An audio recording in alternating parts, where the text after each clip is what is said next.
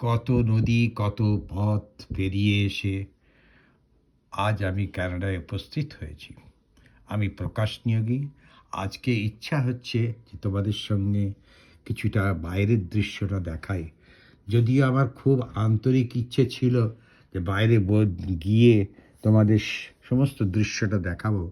বর্তমানে সেটা সম্ভব হচ্ছে না। এই কারণে অতদূর থেকে এসে আমি একটু কিছু কাশি সর্দির এতে আক্রান্ত হয়েছি অল্প বিস্তর। তাই বেরোতে আর সাহস করলাম না।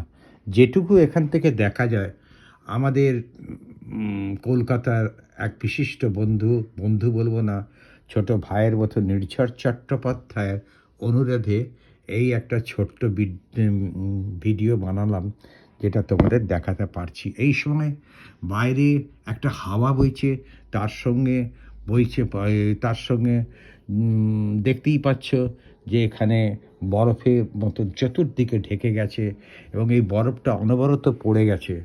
যদি আজ সকালে গাড়ি করে একটু সবজি বাজার টাজার করতে গিয়েছিলাম, কিন্তু গাড়ির মধ্যে ছিলাম বলে ঠিক আমাদের অতটা হয়নি। এখানে এসে দেখছি প্রচণ্ডভাবে বরফ পড়ছে, সব জায়গায় সাদা হয়ে গেছে। বর্তমানে রাস্তা যেটা ছিল সেটা এখানে পরিষ্কার করে দেয়, তার কারণ না করলে গাড়ি টাড়ি বার করা যাবে না। দূরে দেখা যায় শুধু জঙ্গলের মতন, এবং এই বাড়িগুলো মনে হচ্ছে সবাই বসে আছে, কোনো লোকের দেখা নেই, যেটা আমরা সবসময় দেখে থাকি।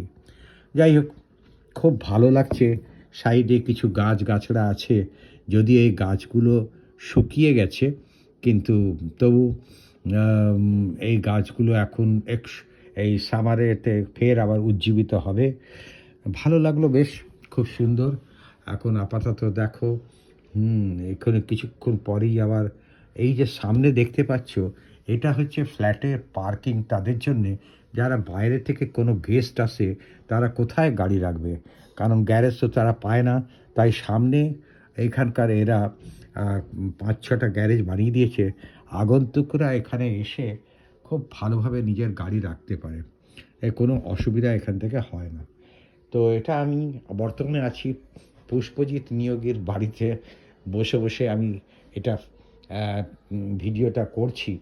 যদিও ভিডিওটা দীর্ঘক্ষণ করব না, তার কারণ এটা ঘরের থেকে বেশি জিনিস দেখানো যাবে না। তো আমি চাইছি একটু সামনে এখন আসতে।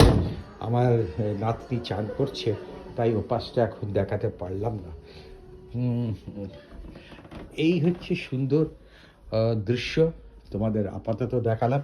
আবার যখন নিচে যাব, তখন এটা দোতলায় আছি, এরপরে নিচে মেন বারান্দার মতন, সেখানে সব কিছুই আছে, তার নিচে আবার বেসমেন্ট আছে। তো এইসবই ব্যাপার। তো এখন এইটুকুই করলাম, তোমাদের সামান্য দেখালাম। আবার বিস্তৃত সময় যখন বাইরে যাব, তখন সেখানকার দৃশ্য আমি দেখাবো।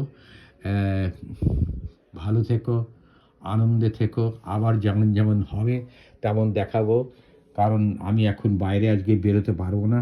এই বরফে লেগে টেগে কাশি সর্দি বেশি হয়ে যাবে। তাই আজ এখানেই সমাপ্তি করছি। ভালো থেকো।